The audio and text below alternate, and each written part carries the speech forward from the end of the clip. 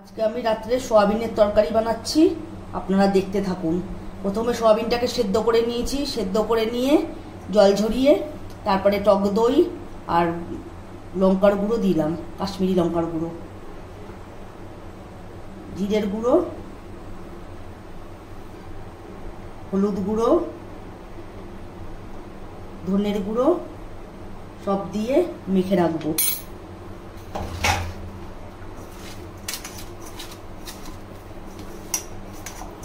মেখে আপনারা আধা ঘন্টার মতন রেখে দেবেন।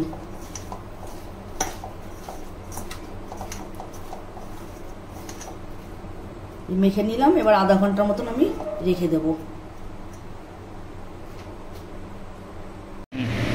সাদা জিরে ফোড়ন দিলাম, তেলটা গরম হয়ে গেছে, হয়ে গেলে পেঁয়াজ কুচিটা দিয়ে দিলাম।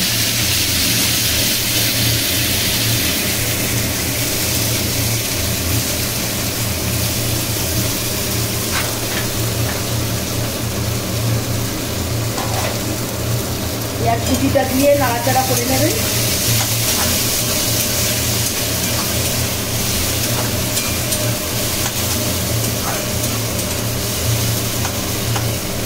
যতক্ষণ হালকা লাল না হবে ততক্ষণ ভেজে যাবেন।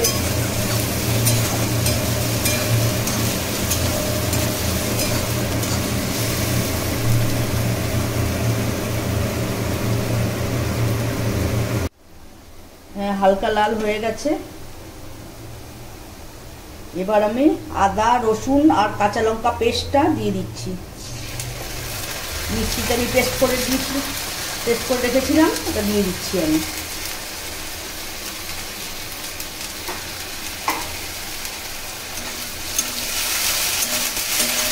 দিয়ে এটা নাড়াচাড়া করে নেবেন।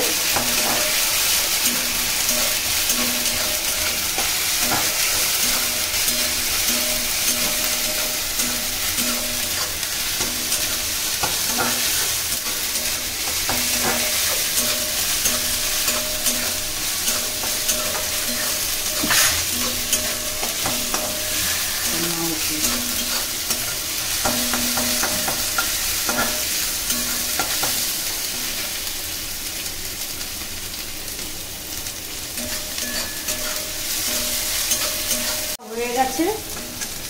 তারপরে আমি মেখে রেখেছিলাম যেটা সোয়াবিনের, এইটা সেটা আমি দিয়ে দিচ্ছি এর মধ্যে। টক দই, কাশ্মীরি লঙ্কার গুঁড়ো সব দিয়ে মেখে রেখেছিলাম, ধনের গুঁড়ো, জিরের গুঁড়ো দিয়ে এটাকে এবার কষাবেন ভালো করে।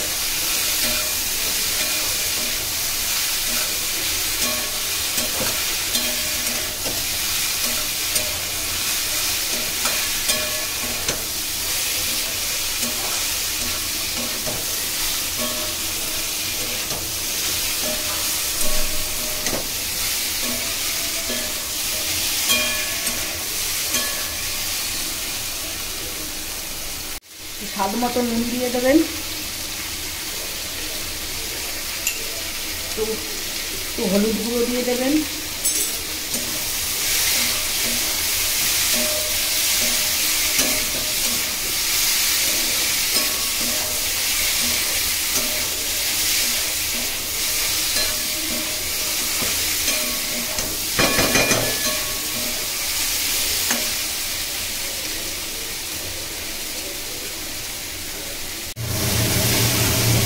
কষানো হয়ে গেছে, তেল ছেড়ে দিয়েছে। এবার আমি গরম জলটা দিয়ে দিলাম এর মধ্যে।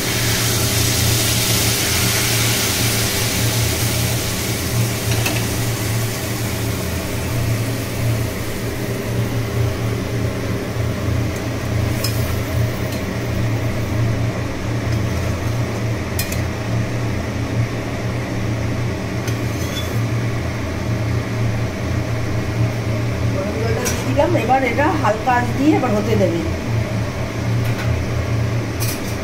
তারপর আপনারা যেরকম ঝোল লাগবেন, নামানোর আগে গরম মশলা দিয়ে নেবেন।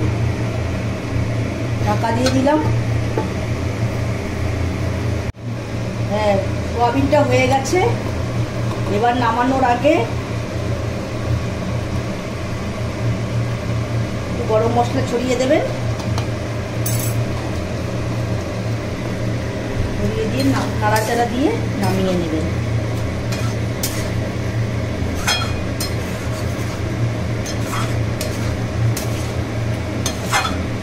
হয়ে গেছে, আমি এবার নামিয়ে নিচ্ছি। সোয়াবিনের তরকারিটা হয়ে গেছে। আপনারা রুটি, লুচি, পরোটা, এমনকি ভাত দিয়েও খেতে পারবেন। ঘরে করে বানিয়ে খান। আর আমাদের শেয়ার করুন, লাইক করুন। Thank you.